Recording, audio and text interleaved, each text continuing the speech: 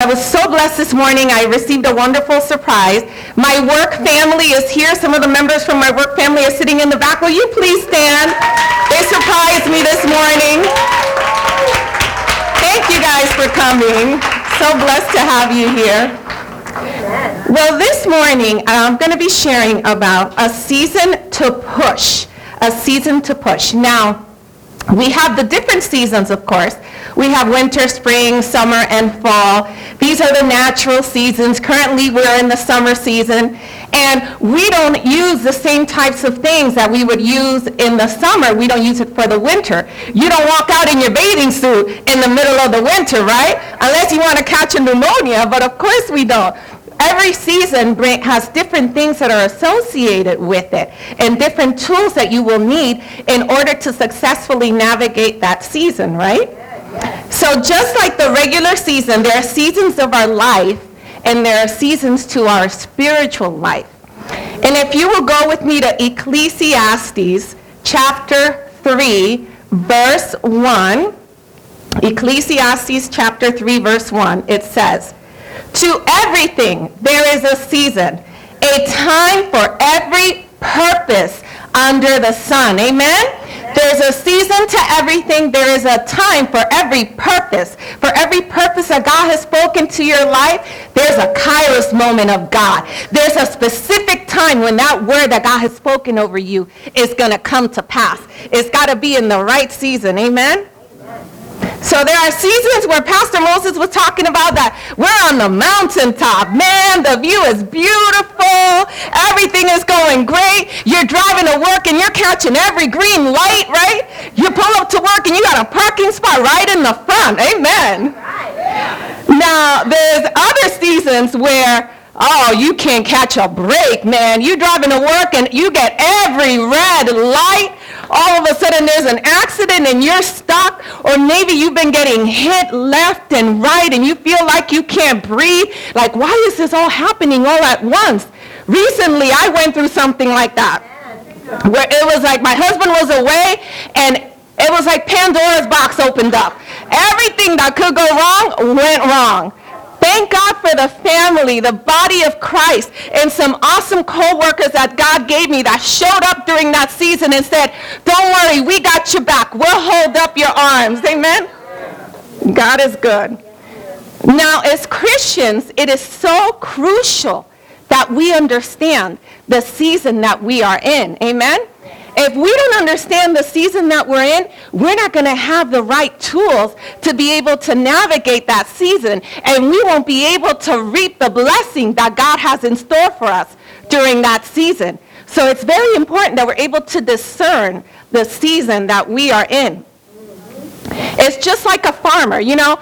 Farmers know when it's planting season for certain fruits and vegetables and when there's a harvest season.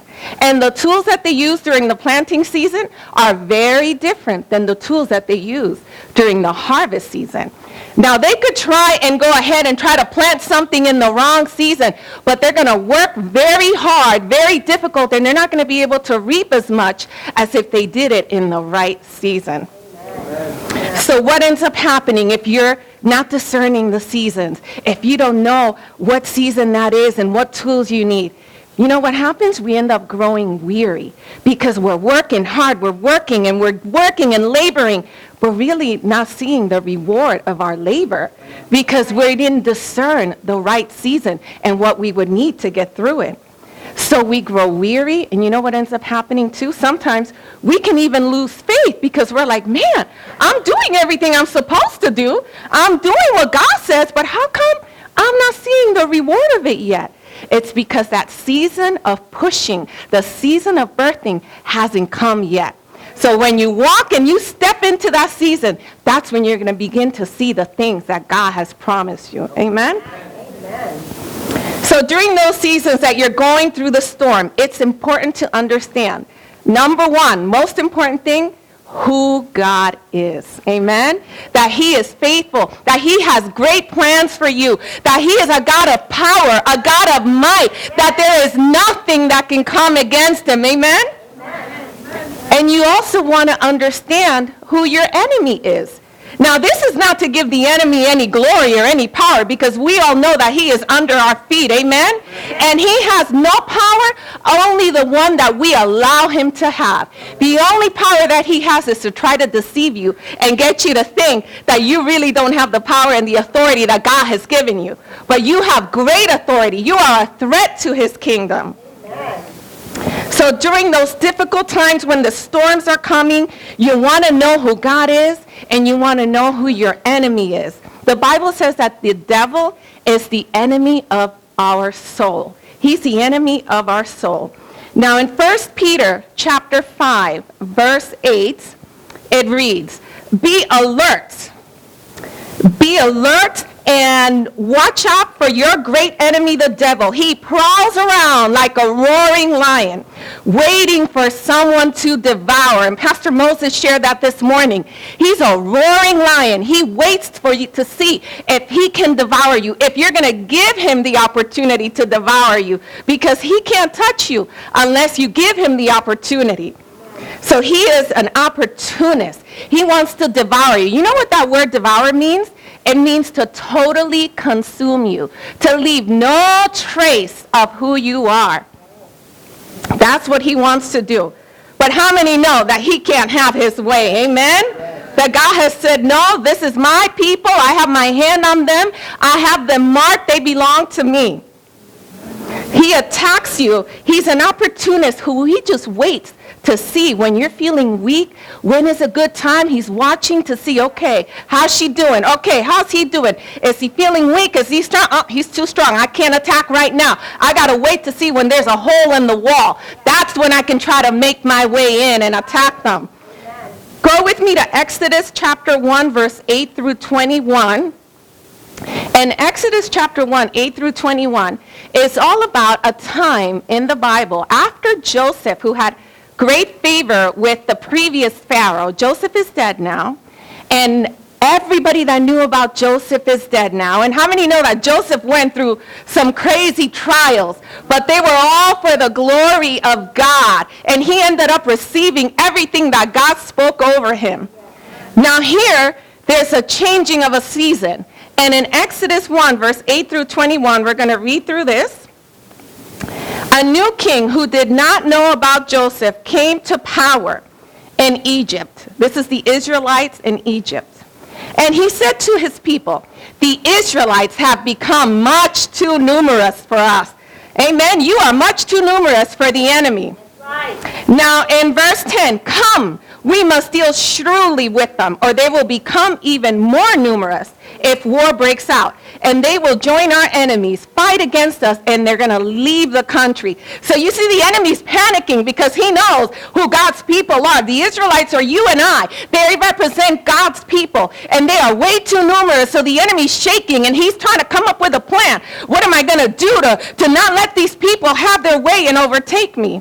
So in verse 11 it says, "So they put slave masters over them to oppress them with forced labor. And they built Pithom and Ramesses as store cities for Pharaoh. But the more they were oppressed, the more they multiplied and spread." So the enemy's plan is backfiring. The more that the people are being oppressed and beaten, the more that they are multiplying. Amen? "And so the Egyptians came to dread the Israelites, and they worked them ruthlessly." Now we're going to jump to verse 15. "The king of Egypt said to the Hebrew midwives, whose names were Shiphrah and Puah, 'When you help the Hebrew women in childbirth, and you observe them on the delivery stool, if it's a boy, kill him, but if it's a girl, let her live.'" 17. "The midwives, however, feared God, and they did not do what the king of Egypt told them. They let the boys live." And in verse 20 it says, "So God was kind to the midwives, and the people increased and became even more numerous. And because the midwives feared God, he gave them families of their own." Amen? So here we have God's people. They're being beaten. They're being persecuted. They're going through a lot. And the enemy thinks that because of the outward appearance, oh, they're weak. Look at them. We're beating them. We're getting away with it. We're going to keep torturing them. So what does the evil king do next? he goes, all right, now that I've got him kind of where I want him, a little bit on the weaker side, things are about to go from bad to worse. So he sends these 2 women. And it's interesting that the names of the midwives were Shiphrah and Puah. And I looked up the names to see what they meant. And Shiphrah means beauty. Could it be because God gives us beauty for ashes? And Puah means glory, because God will always be glorified in the midst of our circumstances.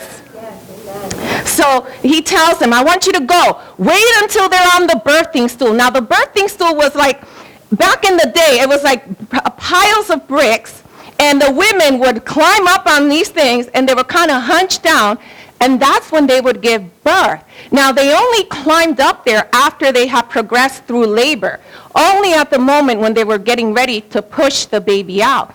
And it was a place where you needed support to be able to hold you up. You couldn't do it on your own. So you had one midwife here, another one here, and they're holding you up as you're propped up on this birthing stool. So it's a very vulnerable place that you're in at that point, because you have not only lost a lot of blood, but you're dependent on somebody else to be able to hold you up. Amen. So he says, watch them while they're on the birthing stool.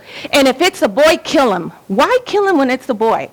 Well, could it be because the enemy had heard the plan of the Lord about a deliverer named Moses that was going to come out of the loins of the women of Israel? Could it be that the enemy knows what you and I are about to give birth to? So he says, I want you to watch. He sends his demons, watch him on that birth stool. Something's happening, man. I feel some labor pains are about to happen. When they get on that birth stool, I want you to observe them. Because you're vulnerable in that state. Now, despite the plan of the enemy, what happens? Did the enemy win? No, he didn't. Not only did they multiply, but they got to give birth to their sons, and they got to hold their promise in their hand. You and I will hold our promise in our hand. No matter what it looks like, no matter what the enemy's plan is, no matter what lie he may throw, you can take this to the bank. You will hold your promise in your hands. Amen? See, the enemy comes to attack you because he knows who you are. He knows who you belong to. You're a threat to his kingdom.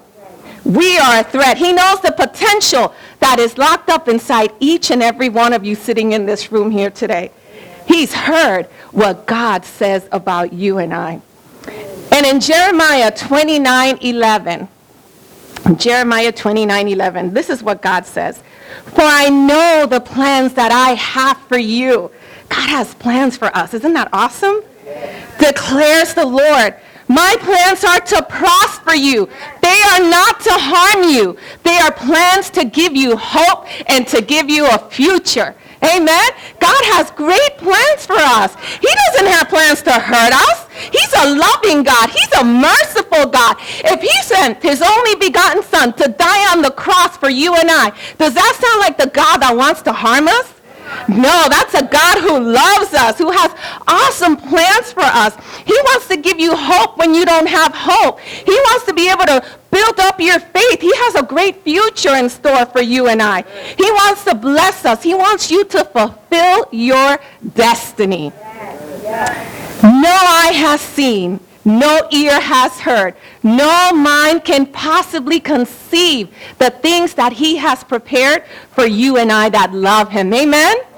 That means that as creative as you may be, you may have a picture of your perfect life. You may have it all drawn out. This is what I want, God. In a perfect world, I want this, this, and that. Now multiply that times 1,000,000, because that's how much greater God has in store for you and I. Now, yes, of course, we go through the seasons where we're in the valley and things are coming at us and the mountaintop seems so far and you look like you're surrounded and like you can't really go anywhere. Those are seasons that we go through. But can I tell you, during the darkest seasons, when you're going through the darkest times in your life, that's because you are propped up on that birthing stool. Amen? You're about to give birth. That's why you're being attacked. Congratulations, you're in labor. The enemy's been observing you on the birthing stool, and he's shaking, he's panicking because he knows what's getting ready to come out of you. Amen? He doesn't want you to hold your promise in your hand, but God has different for you and I. Now, just like in the natural during labor, now I've had 3 kids, so I speak from experience here. During labor, you lose a lot of blood. It's a part of labor. There's the shedding of blood. You lose blood. You grow weak, especially if you go through a long labor. I had a 21-hour labor with my firstborn, and that was a long labor. And at first, everything started beautifully. It was like I was frolicking through the woods, and there were unicorns and rainbows, and everything was wonderful.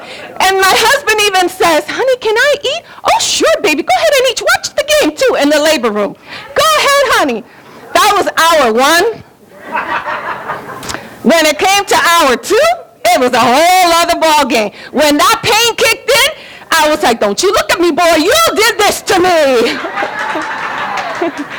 Come on. And I was losing blood. I started to hemorrhage, and it became a very serious thing where they had already even prepped the labor and delivery room because they were getting ready to wheel me in to do an emergency C-section. So you lose something. And after I had my firstborn, between my firstborn and my second child, Rain, I experienced 6 miscarriages. And this was a very difficult time. That was a difficult season for me because I mourned every single one of those babies. They were my babies. The second you conceive, that's your baby. You're not a mother the second you push out a baby. You're a mother the second you conceive. So I was already loving the baby. I was already praying over the baby, speaking to the baby. And 6 miscarriages. I remember one of them was a set of twins, and I actually had to push them out and go through the whole process. And I remember with each miscarriage, I grew more and more weaker. My faith started to dwindle, but God, I know you told me that, okay, I was going to have more than one child, but the evidence to everything, look at the evidence, it's mounting up all around me. It says contrary to what you said. And your faith starts to get questioned. Or is it just me that goes through that? And I had to really be careful because I started to almost say, but wait a minute, but maybe God was wrong. Or maybe I didn't hear him right. I started to lose strength. I started to lose my faith.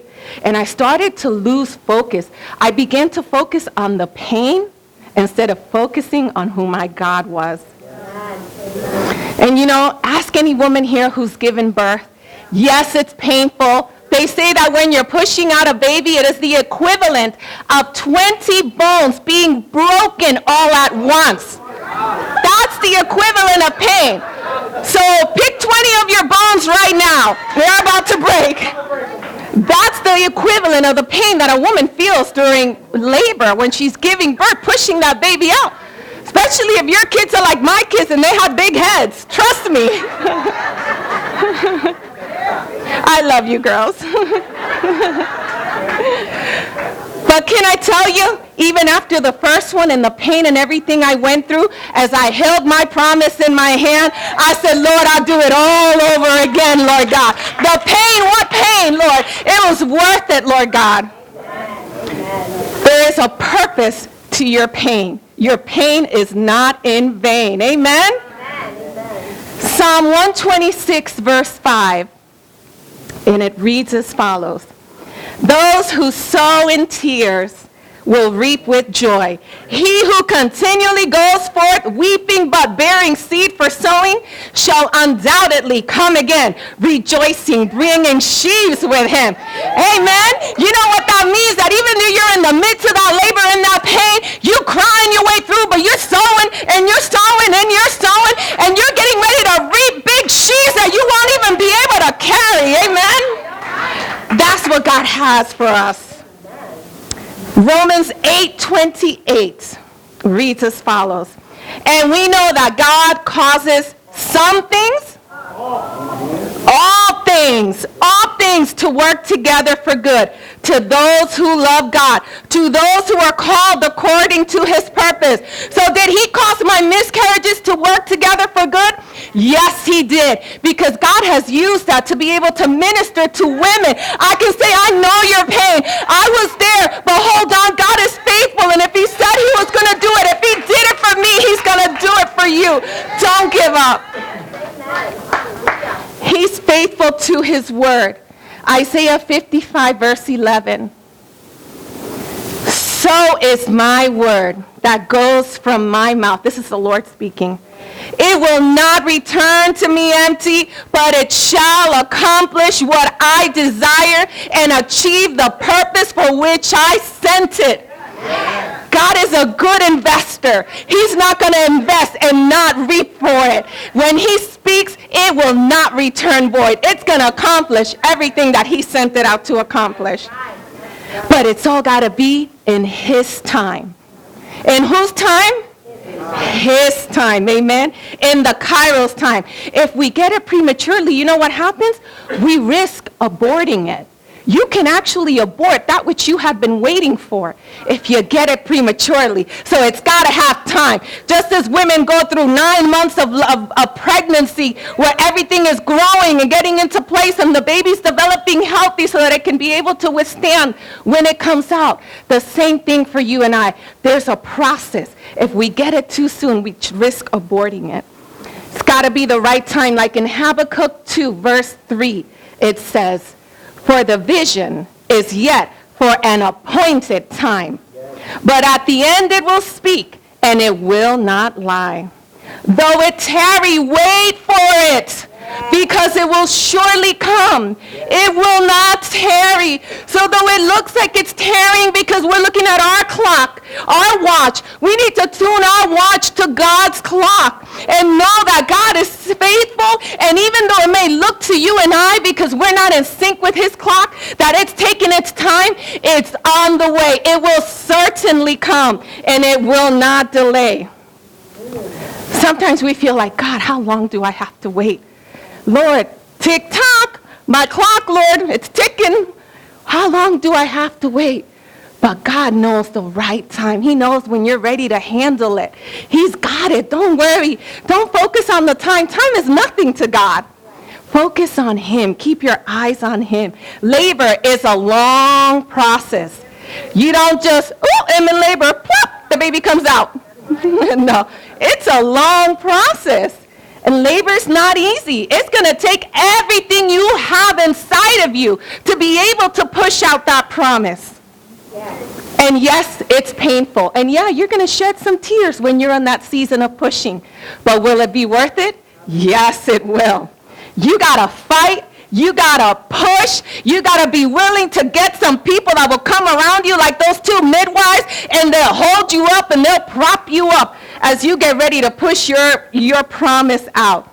We got to fight, though. Like Pastor Moses was saying, we got to do some warfare. We can't become lazy, fat Christians who just sit around waiting for it to come like, okay. We got to do our part. We got to do our work. We got to do some more. We got to come to the prayer meetings. We got to come because together, you know what? We're stronger together than we are apart. One can put 1,000 to flight, but two can put 10,000. Amen? So it's important that we come together. So your promise is on its way. And I love this scripture in Daniel 10, verse 12. Now, Daniel's been praying for 21 days. He needed an answer from God. So he begins to pray and he begins to fast. And it takes 21 days for him to get an answer. So on day 21, the angel Gabriel shows up and he tells Daniel,